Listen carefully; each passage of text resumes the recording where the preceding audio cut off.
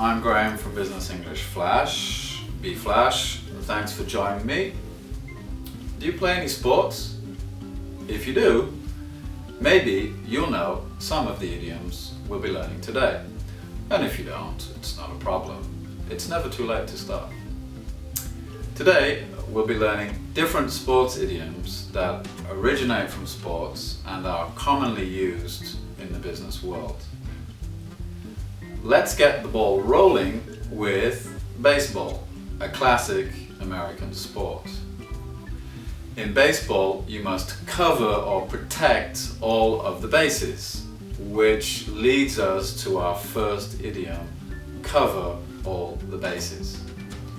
This means that you must prepare for and do all the necessary work to make sure something is successful.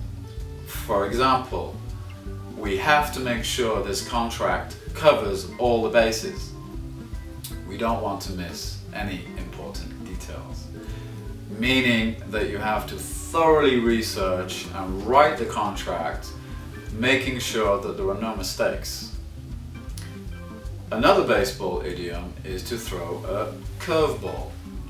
In baseball, this means to pitch a ball in a certain way that it spins or curves towards you in a way that takes you by surprise.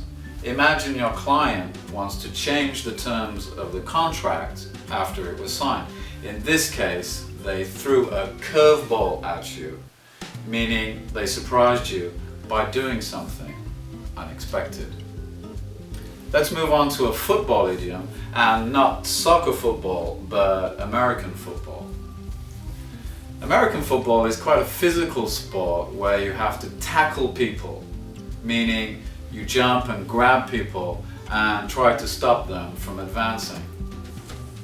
In work, you don't tackle people, at least I hope not, you tackle problems. For example, the marketing team came together to tackle their low social media presence. This means that the team is going to do everything they can to solve this problem. It gives the image of a hands-on approach to solving problems. Next, we have tennis. In tennis, when the player has the ball on their side of the court, it means it's their turn to hit it.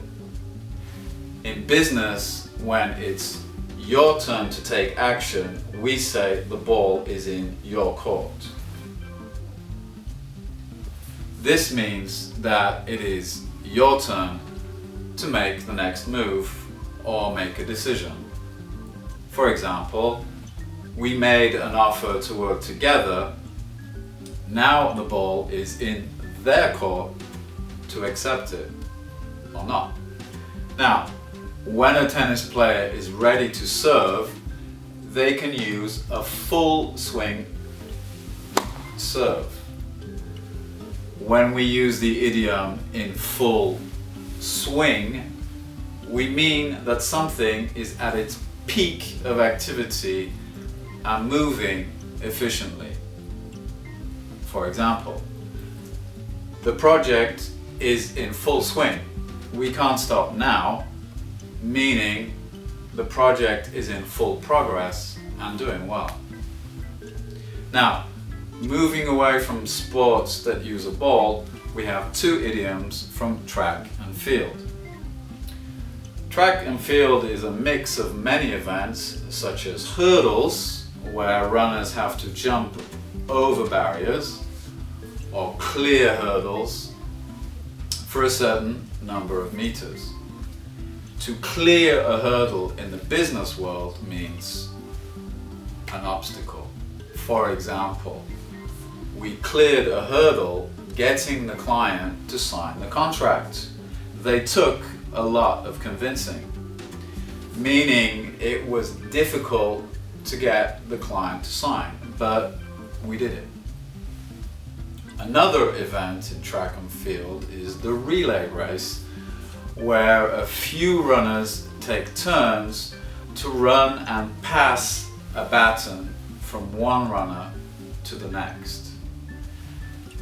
This concept is used in business when you hand over duties or responsibilities to someone or the baton to someone else.